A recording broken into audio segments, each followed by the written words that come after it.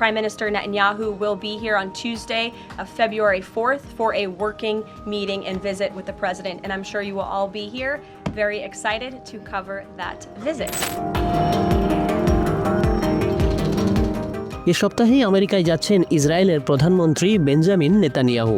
ইরানের আশঙ্কা, ইসরায়েলকে দিয়ে ইরানের পরমাণু কেন্দ্রে হামলা চালাতে পারে আমেরিকা। এর জবাবে ইরানের পররাষ্ট্রমন্ত্রী আব্বাস আরাকচি বলেছেন, পরমাণু কেন্দ্রে হামলা হলে তা হবে আমেরিকার ঐতিহাসিক ভুল। ইরান সে হামলার তাৎক্ষণিক দাঁতভাঙা জবাব দেবে। এর ফলে মধ্যপ্রাচ্যে সর্বাত্মক যুদ্ধ বেঁধে যেতে পারে। همچنان باید به نقش سازنده خودشون در این مذاکرات ادامه بدن. این خواسته و اراده ما هست.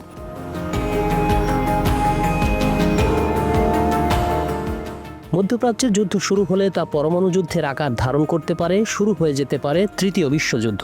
ইসরায়েলের হাতে পরমাণু অস্ত্র আছে। অন্যদিকে ইরান এখন পর্যন্ত প্রতি মাসে 7 কেজি ইউরেনিয়াম উৎপাদন করছে, যার মধ্যে বছরে 1 থেকে 2টো অ্যাটম বোমা বানানো সম্ভব।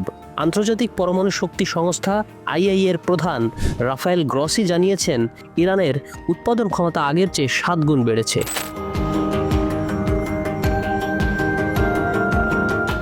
এ কারণেই ইরানের পারমাণবিক কেন্দ্রগুলোতে হামলা চালাতে চায় ইসরায়েল। কিন্তু ইসরায়েলের সামরিক বিশেষজ্ঞদের অনেকেই বলছেন, ইরানের পরমাণু স্থাপনা এখন অত্যন্ত উন্নত এবং মাটির অনেক নিচে স্থাপিত, যা ধ্বংস করা কঠিন।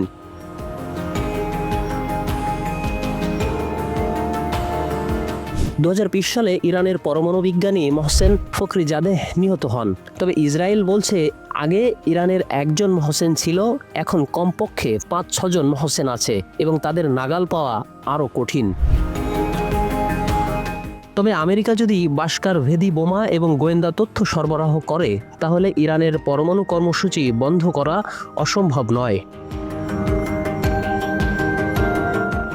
কিন্তু প্রেসিডেন্ট ট্রাম্প আসলে ইরানে হামলা চালাতে চান কিনা তা নিয়ে সন্দিহান আন্তর্জাতিক বিশ্লেষকরা। কারণ নিজের টিম থেকে ব্রায়ান হুক এবং সাবেক পররাষ্ট্রমন্ত্রী মাইক পম্পেওর মতো ব্যক্তিদের সরিয়ে দিয়েছেন ট্রাম্প। এরা ইরানে সর্বোচ্চ শক্তি প্রয়োগের পক্ষে ছিল। তাদের জায়গায় এনেছেন মাইকেল ডমিনোকে, যিনি ইরানের সাথে আলোচনায় আগ্রহী। বিশ্লেষকরা বলছেন, অক্টোবরের আগেই ইরান এবং আমেরিকার মধ্যে পরমাণু চুক্তি নিয়ে আলোচনা হতে পারে। জানুয়ারিতে মিসাইল সিটি সহ নিজের সামরিক সক্ষমতার মহড়া করছে ইরান। আর এরপর গত সপ্তাহে ট্রাম্প স্পষ্টভাবে ঘোষণা করেছেন, আশা করি ইরান একটি চুক্তি করবে, আর যদি তারা চুক্তি না করে তাহলে আমরা বিষয়টা দেখব।